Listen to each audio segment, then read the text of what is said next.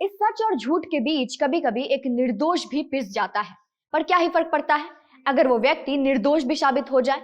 अगर उसके ऊपर जो इल्जाम लगा है वो कैसे मिटेगा, जो भी उसने झेला वो कैसे हटेगा, और सबसे अहम सवाल, अब उसको ये समाज कैसी नजर से देखेगा।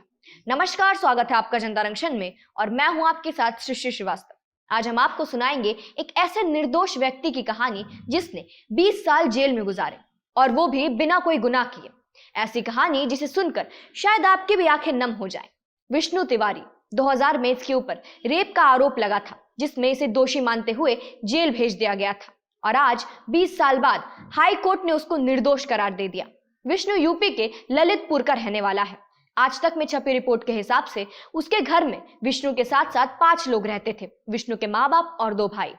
विष्णु के पिता का नाम रामेश्वर प्रसाद तिवारी था, बड़े भाई दिनेश और दूसरे का नाम रामकिशोर तिवारी था। विष्णु अपने परिवार के साथ सही से रहता था। वो एक संपन्न परिवार था। विष्णु ने पढ़ते पढ़ते स्कूल छोड़ दिया था क्योंकि घर में इतने पैसे थे नहीं। वो छोटा मोटा काम करके घर को चलाता था। सब कुछ सही से चल रहा था। तभी सितंबर 2000 की बात है। एक महिला जो कि सिलावन गांव की रहने वाली थी, उसने विष्णु पर रेप का आरोप लगाया। उस वक्त वो मात्र 18 साल का था। विष्णु पर हरिजन एक्ट और रेप का मामला मोहरौनी कोतवाली में दर्ज कराया गया, जिसके बाद सेशन कोर्ट ने पुलिस की रिपोर्ट के आधार पर वर्ष 2000 में विष्णु को आजीवन कारावास की सजा सुनाई थी। विष्णु खुद को बेगुनाह साबित ना कर सका क्योंकि उसके पास पैसा नहीं था जिससे वो किसी अच्छे लॉयर को हायर कर पाता। जेल में रहकर विष्णु साफ सफाई करता था और खाना बनाता था। 2003 में विष्णु को आगरा सेंट्रल जेल में भेज दिया गया था। 2005 में उसने सोचा कि वो हाई कोर्ट के इस फैसले को चैलेंज करेगा। उसने किया भी, लेकिन इसका भी कोई असर नहीं हुआ। उसके पिता उससे मिलने अक्सर आते थे जेल में, लेकिन अचानक से उन्होंने आना बंद कर दिया, जिसके बाद उसे पता चला कि उसके पिता की मौत हो गई है। उसके पिता समाज के तानों से परेशान हो चुके थे। वो इसका सदमा झेल ना सके और उन्हें लकवा मार दिया, जिसके बाद उनकी मौत हो गई।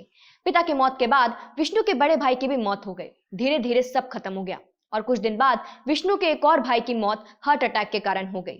उनकी माँ अपने निर्दोष बेटे का इंतजार करती थी और उसको याद करते करते उनकी भी मौत हो गई। लेकिन यह सबसे दुखी कर देने वाली बात यह है कि विष्णु के परिवार में 4 लोगों की मौत हो गई थी, लेकिन विष्णु को एक भी अर्थी में आने के लिए बेल नहीं मिली। जेल में 14 साल रहने के बाद उसने कोर्ट में रहम करने की गुहार लगाई, लेकिन फिर भी उसे कोई राहत नहीं मिली। और अब 20 साल बाद 28 फरवरी 2021 को कोर्ट में सुनवाई के दौरान पता चला कि घटना की तारीख जो बताई गई थी उसकी 3 दिन बाद एफआईआर दर्ज हुआ था, और जिस महिला ने आरोप लगाया था रेप का और मारपीट का, उसके प्राइवेट पार्ट पर कोई भी चोट के निशान नहीं है। और जमीनी विवाद के चलते विष्णु पर रेप का आरोप लगाया गया था और इसके बाद विष्णु को निर्दोष माना गया। विष्णु के भतीजे सत्येंद्र का कहना है कि मेरे चाचा को फंसाया गया था, जिसके कारण हमारा पूरा परिवार बर्बाद हो गया। मैंने अपने पिता, चाचा और दादा दादी को खो दिया, जो कि इस सदमे में मर गए। विधवा भाभी सुषमा तिवारी सवाल उठा रही है कि क्या कानून, सरकार, न्यायपालिका उनके बर्बाद हो चुके परिवार के वो 20 साल वापस लौटा सकती है। पुलिस का कहना है कि विष्णु बहुत जल्द जेल से छूटेगा और विष्णु जेल से बाहर निकलकर एक ढाबा खोलेगा। विष्णु भले ही जेल से छूट गया है, लेकिन जो कुछ भी उसके परिवार ने झेला और उसने झेला वो ठीक नहीं हो सकता।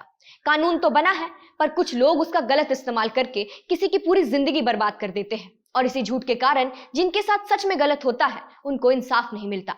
हम उम्मीद करते हैं कि विष्णु की आगे की जिंदगी सफल रहे और वो नए सिरे से जिंदगी की शुरुआत करे। फिलहाल आज के इस वीडियो में इतना ही।